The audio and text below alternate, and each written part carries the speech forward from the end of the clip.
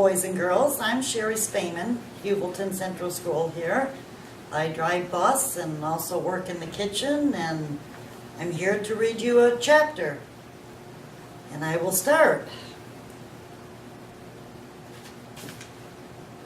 The Art of Self-Defense. Okay, I was having a great week, no doubt about it. Not only did I get the blue ribbon on Wednesday, but on Thursday the class got a long letter from Miss Mack. She included a picture of her standing by the waterfall next to some very strange creatures. They looked like hairy pigs or raccoony dogs. These are coatis, Mrs. Brisbane said. Reading from the letter, pronounced coatis. The coatis looked weird. Miss Mack looked gorgeous, especially with all the red, yellow, and orange flowers surrounding her. How I wished I could be there with her, except maybe for the fact that those coatis might not be hamster-friendly. At the end of her letter, Miss Mack wrote, "So farewell to all my wonderful friends in room 26, especially the small one with the big heart, Humphrey." Sigh, sigh, sigh. Though she thought of Miss Mack made me happy, the weekend was coming up soon and I always felt a little nervous about where I'd be spending it. When it was decided on Thursday that I was going home with Miranda Golden, I was so excited. I only got 83% on my vocabulary test. Say I got 100%. I know because this time when Mrs. Brisbane asked who got 100%, she raised her hand. I always figured that Miranda lived in a castle because she reminded me of a fairy tale princess in disguise. Wherever it was, it had to be wonderful if Miranda lived there. Well, Miranda's home wasn't exactly a castle, but it was very tall. Miranda lived in the 4th floor apartment with her mom and her big dog Clem. We had to take an elevator to get there. The apartment was nice. The mom was nice. Clem was not nice. Let me explain. Miranda has a small bedroom and her mom let me stay there, right on the desk. To welcome me, the two of them did a complete clean out of my cage. "I'll bet nobody's done this for a while," said Miranda's mom, and she was right. Pretty soon I felt like a new hamster. Suddenly Clem bounded into the room, a big mass of yellow fur poking his nose right up against my cage. His wet nostrils were like two eyes staring me as he stuck out his giant tongue that came at me like a tidal wave. Luckily, the cage protected me. "Mom," Miranda yelled, "please get Clem out of here." Thank heavens Mom took Clem out for a walk in the park while Miranda showed me her room. She had pictures of her friends and family up to the cage so I could see. Her dad, her stepmom, her grandparents in Florida. Next she introduced me to her goldfish Fanny. She wasn't much of a conversationalist, I squeaked. "Nice to meet you, Fanny," she said. Hello. I was thinking about how wonderful it would be to live with Miranda all the time when Clem returned from the park and galloped into the room. "Clem, stay out," Miranda shouted, but Clem just wagged his tail and barked. Miranda closed the door so the dog had to stay outside, but we could still hear him whining and crying like a baby out in the hall. Still, just being with Miranda made everything seem golden until her mom called her to go shopping. Miranda protested. Good girl, but Mom didn't want her to stay inside on such a nice day. She had no choice unless she was rude to her mom, which Miranda would never be. "I won't be gone long," Miranda told me. "I'll make sure the door is shut tightly so Clem can't get in." Everything would be all right, I assured myself. After all, Miranda had said so. I was all set to get in a good daytime snooze. But as soon as the door to the apartment closed, Clem started whining outside the room. I could hear his big paws on the door, trying to push it open. I was a little nervous, but Miranda had assured me that I'll be all right. After all, she wouldn't be gone long. Then I heard the slight turning of the doorknob as Clem flung himself at the door repeatedly. What a barbarian he was. Suddenly the door swung open and Clem burst in and ran straight to my cage. I tried to distract him by spinning on my wheel. I can do that for hours if necessary. I thought the spinning wheel might even hypnotize him, like an old movie I'd seen with Miss Mac. Miss Mac, where was she when I needed her? But apparently all the spinning just excited Clem more. He started barking at me, but I couldn't understand a word he said. Now cut that out, I squeaked at him. That just seemed to make him more hot and bothered. He plopped his front paws on the desk and stuck his nose against the cage door near the lock. The lock that doesn't lock. Easy now, calm down, I squeaked soothingly to the beast, but he kept poking his nose at the cage, showing me his huge tongue and his huge teeth around it. Let me just say that Clem could stand some breath mints. He poked the lock again and again. I knew if he jiggled it enough, the door would swing open and I'd be history. Poor Miranda would never know what happened to me. She might even cry. I couldn't stand the thought of Miranda crying. I hopped back on my wheel and started spinning with all my might, hoping to buy some time. Clem pulled back for a moment and stared at the wheel going round and round. Let me just say I'm glad that Clem is about 2 quarts low on the brain department. Phew! I'm a good spinner, but I'm getting worried about how long I could keep this up with Golden Miranda rushed in. She never looked more beautiful to me than at that moment. Clem, stop! She shouted in a very firm voice. Bad boy! Clem raced to her side, wagging his tail. Miranda's mom dragged old Clem out of the room and closed the door behind her. Phew! Phew! Phew! Miranda was very sorry. She opened the cage and rushed in to pick me up. Poor Humphrey, she said, hugging me. She sat me on her desk and stroked me gently with one finger. I'm so sorry, Humphrey, so sorry. Oh, I don't know what felt better, the petting or Miranda's soothing words.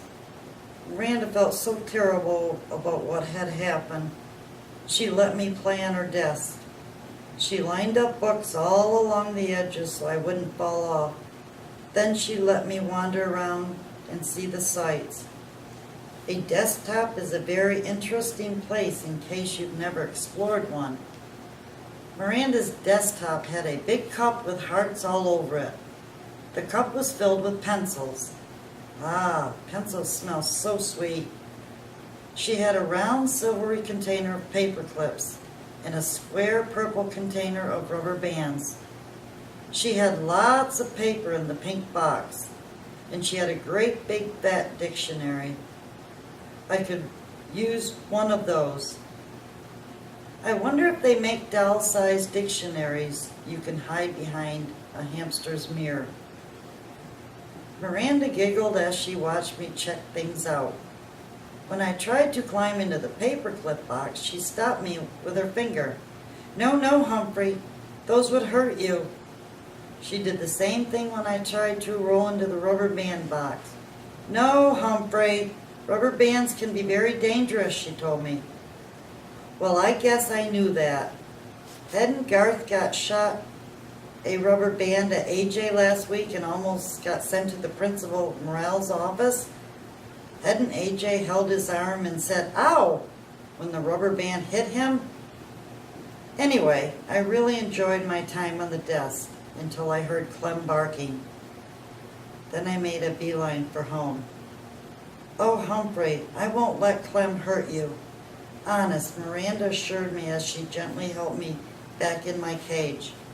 I believe her, I really did. But when it was bedtime and Miranda's mom came into the room to say goodnight, She had some words that sent a chill up my spine.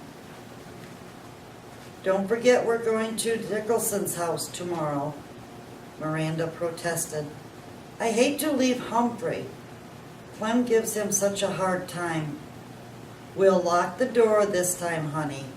He'll be okay," her mom said. "And tonight Clem will be in my room." After her mother left, Miranda assured me that Clem loves to sleep in Mom's room. "But if anything happens and you get scared, give me a squeak," she told me. "Don't worry, I will," I assured her. I didn't sleep that night. For one thing, the stars on Miranda's ceiling glowing in the dark, and they are so beautiful I couldn't take my eyes off of them. For another thing, well, I am nocturnal. But mainly I didn't sleep because I was worried about Clem. After my experience that afternoon, I believed that no lock could hold him back. And how could a little hamster fight back? What weapon would I have against a big, hairy, bad-breathed, small-brained creature? What weapon indeed? I had no idea. Clem hadn't made a peep for hours, so I took a chance and quietly opened the lock that doesn't lock and dashed across the desktop to pick my weapon, just in case another encounter with Clem. Then I scrambled back to the cage with it and quietly closed the door. I had my weapon behind my mirror, next to the notebook where no one could find it. Then I managed to get 40 winks in or so of sleep around sunrise. Miranda and her mom kept Clem out of my sight all day, until it was time for them to go to their party. "I'm still worried," said Miranda. "I'm locking your door with a key on the outside," her mom said. "I'm locking Clem in my room, and Humphrey's cage is closed tightly, right?" Miranda checked it. Everybody always checks it. It always seemed locked from the outside. It even makes a clicking sound. But from the inside, believe me, it's a piece of cake to open. Miranda seemed satisfied with that arrangement, but I wasn't so. I remained on high alert all that afternoon and evening. And here's what happened. After Miranda and her mom left, Clem barked for a while. Then I heard jiggling and joggling for about an hour. Next I heard a big hairy feet padding down the hall towards Miranda's room, toward my room. I sucked in my breath and waited. Yes, I knew Miranda's mom had locked the door with a key, but Clem didn't seem to let little things like that stand in his way. The doorknob squeaked and rattled. It twisted and turned. Nothing happened, but that didn't seem to bother Clem the barbarian. He jiggled, rattled, and twisted it some more. When he got tired of that, he threw his whole body at the door. And then, very slowly, the door opened. Clem actually seemed surprised, but I wasn't. I had spent the last 2 hours carefully preparing for this moment. Not that my heart wasn't going thump, thump, thump very loudly. Even Fanny the fish seemed nervous. Clem trotted right up to my cage and stuck his big wet nose up against it. "Stay away, keep your distance," I squeaked. "I'm warning you." Clem wasn't discouraged one bit. "Woof," he barked, sending a foul cloud of doggy breath my way. I didn't even flinch. He barked a few more times and he began poking his nose against the door cage. I wondered if he actually knew the lock was broken. The time had arrived to put my plan into action. I was in grave danger and I had no choice. I would only have one chance at Clem because I only had one weapon, a rubber band. It had taken me a long time to get it hooked around the edge of my food dish. Now I carefully pulled it back as far as I could, aiming directly at those big, boggy nostrils. "You asked for it, beast," I squeaked. Then I let loose. The rubber band snapped and sailed through the air, hitting Clem squarely on the nose. He yelped like a baby and raced out of the room as if he had seen a ghost. Too bad I didn't still have my ghost costume. That would have been a nice touch. I guess Clem wasn't quite as dumb as I had thought, because he never even tried to come back into the room again. Of course, Miranda and her mom were really puzzled when they came home and found both bedrooms unlocked and Clem cowling under the living room sofa. I don't get it, said Miranda. Humphrey looks just fine. Maybe it was a burglar.